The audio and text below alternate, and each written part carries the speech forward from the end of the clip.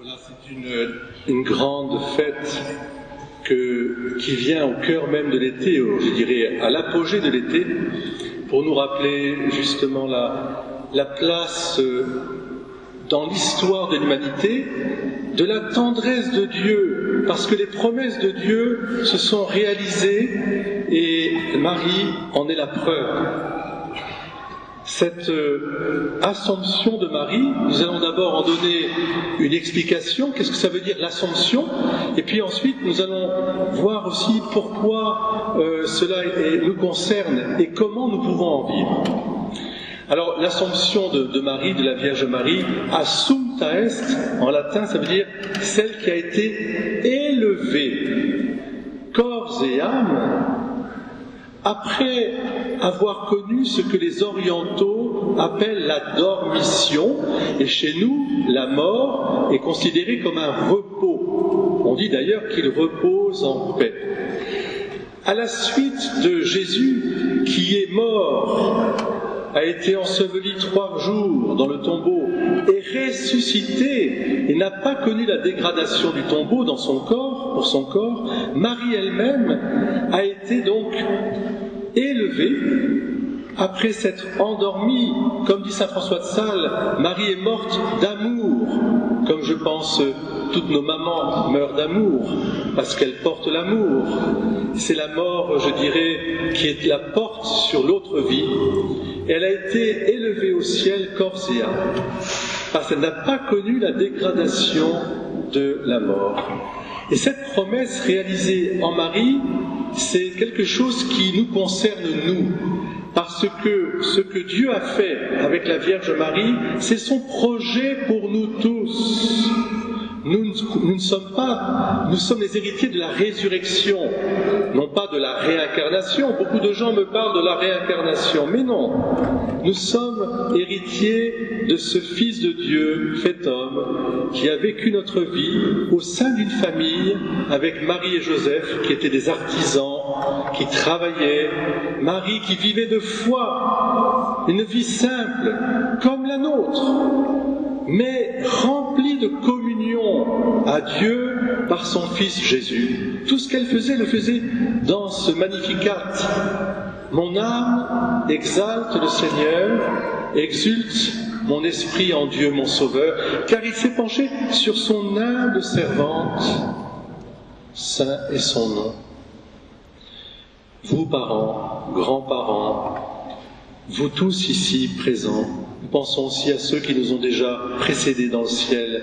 C'est une promesse d'espérance. La fête de l'Assomption, c'est la réalisation en Marie, qui est mère de l'Église pour nous tous, les membres de l'Église, mais qui était aussi membre de cette Église, et les filles de l'Église aussi. C'est la réalisation pour nous dire « Ne craignez pas, mes petits-enfants, ne craignez pas. Ce que j'ai fait pour mon Fils, qui a ouvert les portes du paradis, ce que j'ai fait pour sa Sainte Mère, notre Maman du ciel, Marie, je le fais pour vous aussi. » Soyez des porteurs d'espérance dans ce monde qu'on a tant besoin. Ne vous laissez pas voler votre espérance. Nous sommes les héritiers de la résurrection. Encore une fois, laissez tomber la réincarnation. C'est une explication comme une autre.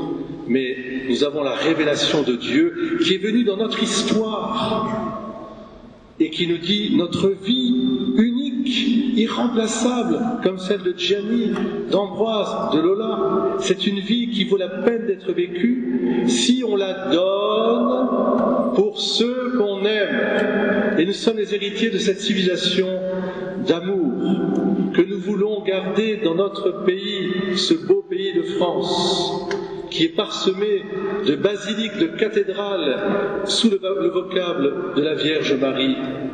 Et même quand c'est un autre vocable, il y a toujours une chapelle, comme ici à Saint-Siffrin, la chapelle mariale, qui est magnifique.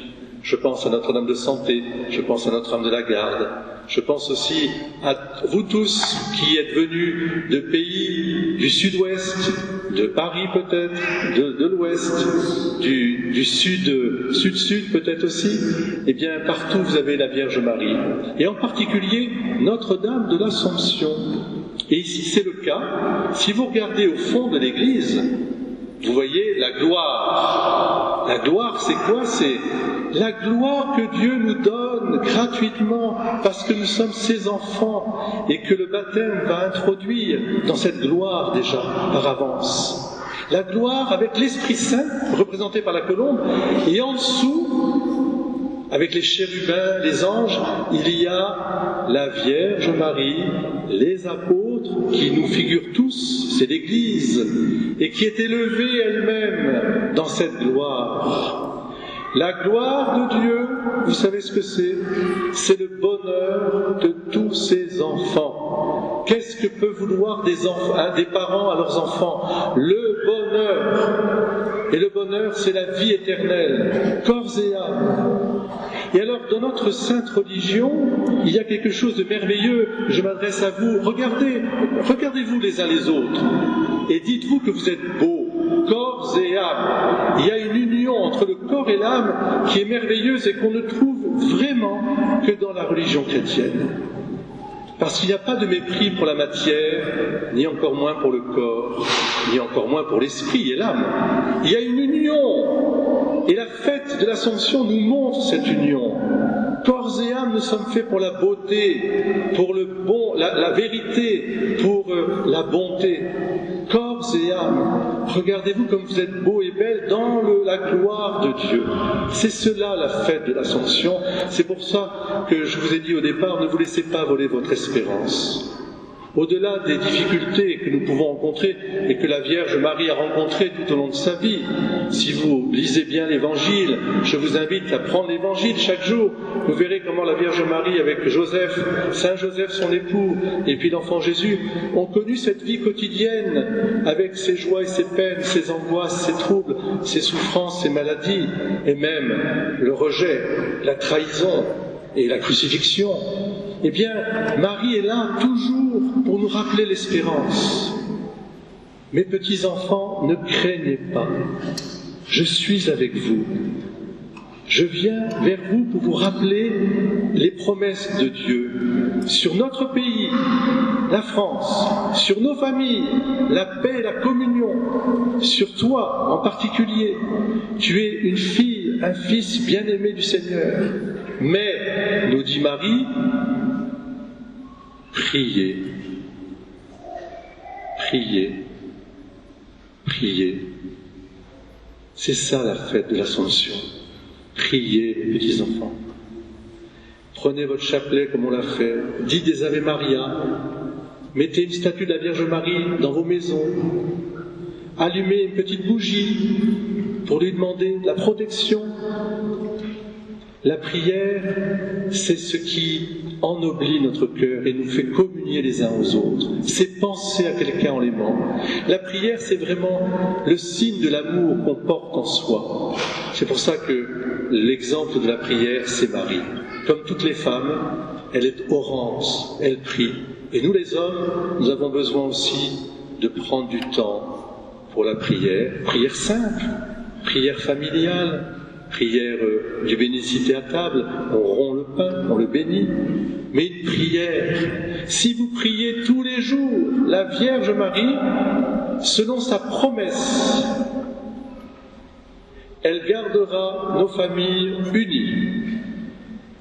Elle nous assistera aussi dans nos difficultés et même lorsque nous aurons nous aussi à être glorifiés dans notre corps et notre âme, nous serons accueillis nous aussi par la Vierge Marie.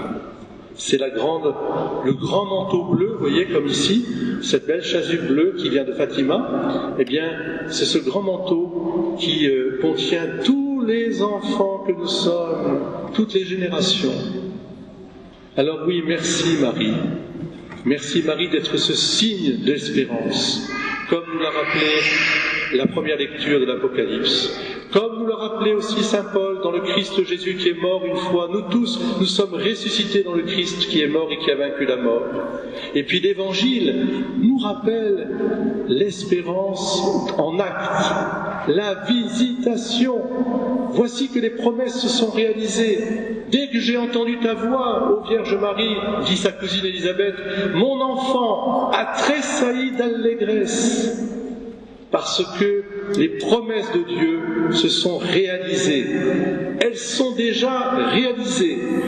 La mort a été vaincue et le péché aussi. Et même s'il nous faut reposer après cette vie, nous gardons cette espérance, nous savons que nous verrons Dieu corps et âme.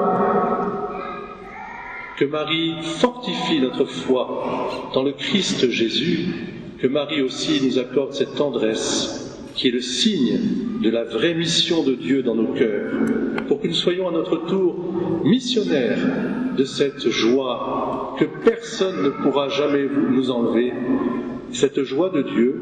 Je t'ai aimé, je t'aimerai toujours, et tu ne mourras pas, tu entreras dans la vie éternelle. Amen.